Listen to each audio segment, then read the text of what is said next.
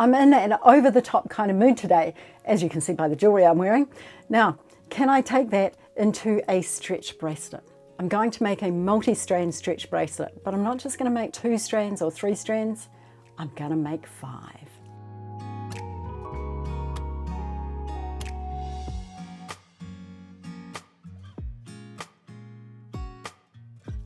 Hello, welcome to The Stylish Maker. My name's Carol. Last week I made a necklace using the Grateful Heart Soft Flex Design Challenge Kit, and today I'm going to be using up almost all of the rest of the beads to make a 5-strand, yes count them, 5-strand stretch bracelet. But over the top, but I like over the top, as you can see by what I'm wearing today. Now I have already strung my 5 strands of beads because I didn't want to make you sit through me stringing 5 strands, but I wanted to talk to you first about the design of the bracelet and also the tips and tricks along the way about making a stretch bracelet. Now in terms of materials, in this here, section here, I've used only the beads that came in the kit. I am going to be using this rhinestone spacer bead, and this measures 28 by 7 millimeters. And as you can see, it has 5 holes in it. You do need something to connect your 5 strands, and that's what this is for. As well as that, I'm going to be using a big eye needle. Now I used my hot pink stringing elastic, but you will probably use something like this. It is a 0.6 millimeter stringing material. It's elastic, strong and stretchy. Now you will notice something. I'm just going to move these down so I can talk about the one strand first. I use my big eye needle to string my strands. It has a hole that goes the entire length of the needle, so makes it nice and easy for threading. As well as that, I'm going to be using some little scissors. So let's talk about this one strand. You'll notice that I have a loop on this end. So what I did was I threaded up my needle. I doubled my elastic and I threaded this loop through the loop of my needle. Okay, I did not put my needle inside this loop. That's really important because if you do that, you won't be able to get it out. So remember, take the loop of your strand, of your elastic, and thread it through the needle. Now before you string up your elastic, you do need to pre-stretch it. So just give it a really good tug. So I've got some here, and what I would do is just pull it really, really tight and move along, pulling it until you've gone the entirety of what you need. Now I'm going to leave you a link in the description box to a blog post, and that will contain this image of all of these strands so that you can see exactly how I laid them out and how I strung them. But let's talk about the design. So I had one heart bead left, one of these blue hearts from my necklace. So I wanted that to be the main focal of this bracelet. I also had all these other beautiful beads that I wanted to add, and I wanted to make sure that I sprinkled the turquoise throughout the pink. So basically it's kind of a pink bracelet, but it has turquoise in it, rather than it being a turquoise bracelet that has pink, if you know what I mean. I put my main bead here, and on either side of that bead, on the next strand, I put one of the turquoise beads. And the reason I did that was so that that bead would kind of tuck in there. And I know that it doesn't quite because of this heart. So originally I had it this way, and I didn't like this because this bead here kind of bumps up against the heart. So I switched it around and I put this one here. Now I know that this bead bumps up against the heart as well, but it's not quite so bold. And the other thing you need to think about is how long you want your bracelet. So my wrist, the circumference of my wrist is 16.5 centimeters. So I usually make my bracelets, or my stretch bracelets anyway, about 17 centimeters. So let's measure this. So at the moment, it measures exactly 17 centimeters. Now you'll notice that with this bracelet, I have the same beads on each end of the strands.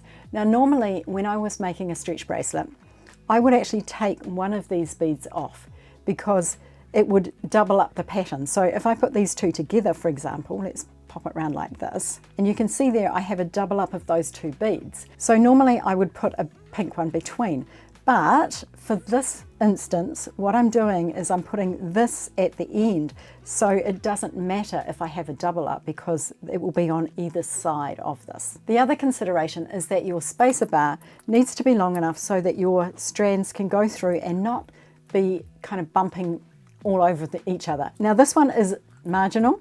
When I put it in there, it does just work. So you can see there my 5 strands will just go in there. I would have ideally liked it to be a little bit longer because this is going to pull the bracelet in a little bit, but I'm okay with that. So let's do our first strand. I'm going to start on one side and work to the other end. And the first thing I'm going to do is put my needle back on my loop end, and I'm going to thread it through the first hole of my spacer bead, and then I'm going to take my needle out.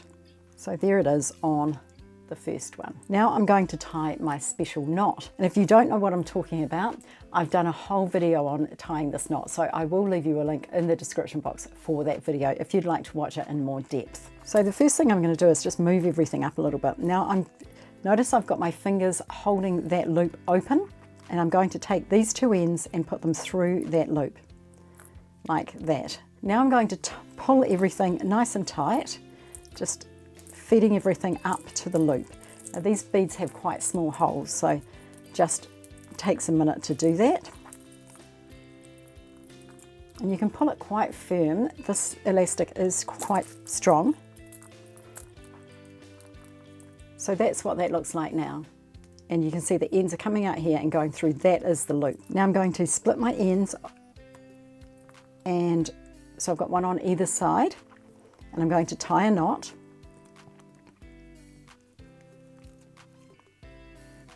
Pull it up nice and tight. Then I'm going to take my right hand one, and I'm going to go through the center, and then I'm going to take my left hand one and go through the center. And you just want to make sure that your cross is going in the same place you just tied the knot, and then I'm going to tie another knot. And now I'm going to repeat that. So I'm putting my ends through the center, making sure they're popping in beside that spacer bead there, and tying another knot. Now I'm going to do it one more time.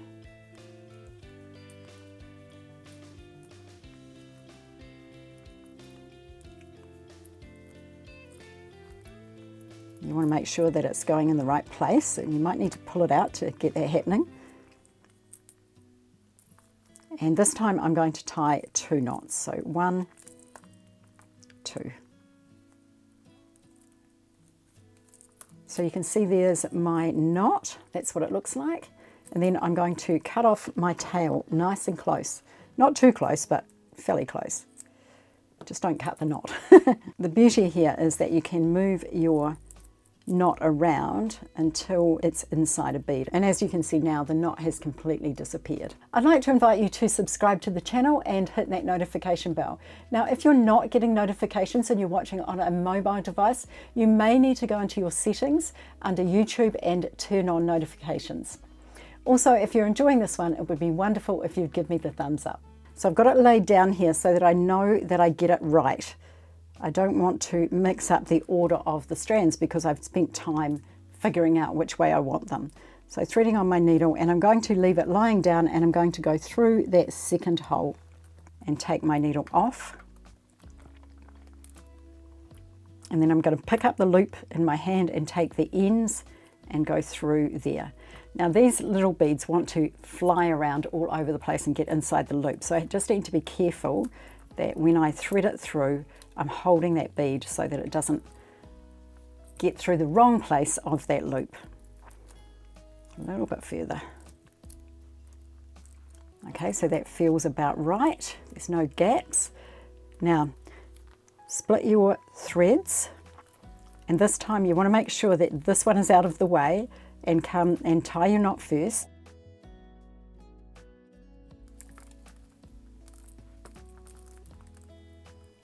And you don't want to do that. You want to make sure it's on the right side.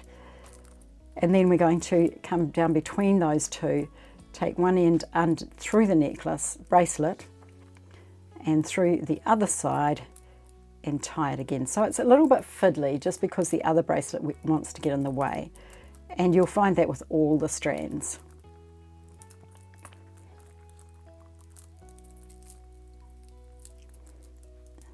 So I've tied it.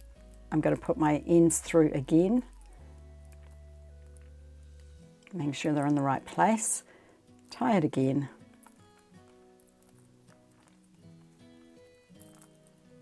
One more time through and through. And then the reason you do this is simply because it makes the knot lie down on the stretch elastic, and that way when it's lying down it pops through the beads or into the holes of the beads nice and easily. It's much more easy to disguise. I do not use glue and I've never had one break. Alright, so I've tied my double knot. I'm going to trim off my ends. And I'm not going to worry at the moment about making it go into one of the beads. I'll fiddle around with it later, but you know, I can quite easily pop it inside that bead. That's what it looks like so far. It's very pretty.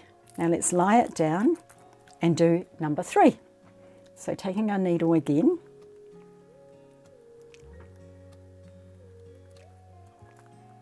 and we're going through the center hole this time.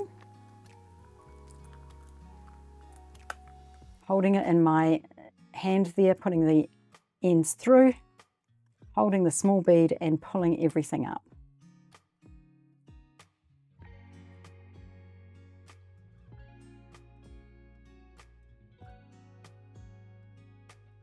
And then we're going to tie the knot.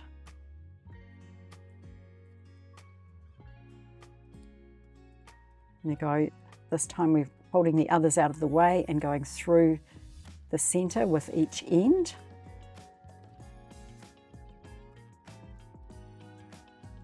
And tying another knot.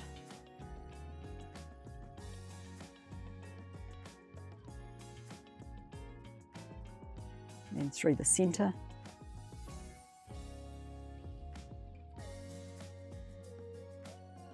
And this time tying 2.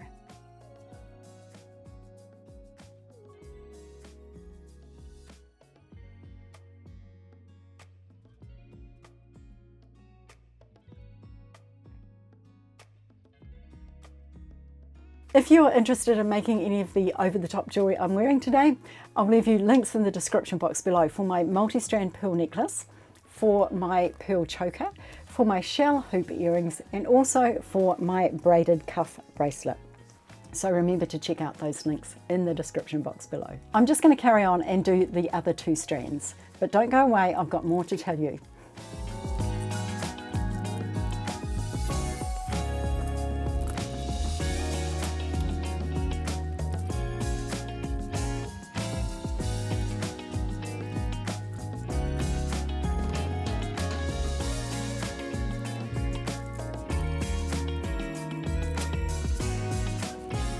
Now all my strands are tied, I just want to go down and make sure I kind of pop those ends in to the bead, and I can just do that by moving the beads up because the elastic will just move to where you want it to be. So here it is on. Isn't it stunning? And at the back the strands do come in together, but I've used these little beads and it kind of frames that rhinestone spacer as well, and I really like that. So what do you think? Will you make this bracelet? I think it's gorgeous. It's an absolute keeper in my opinion. So thank you so much for watching today. Remember to hit that subscribe button if you haven't already. Have a wonderful day and I'll see you again soon.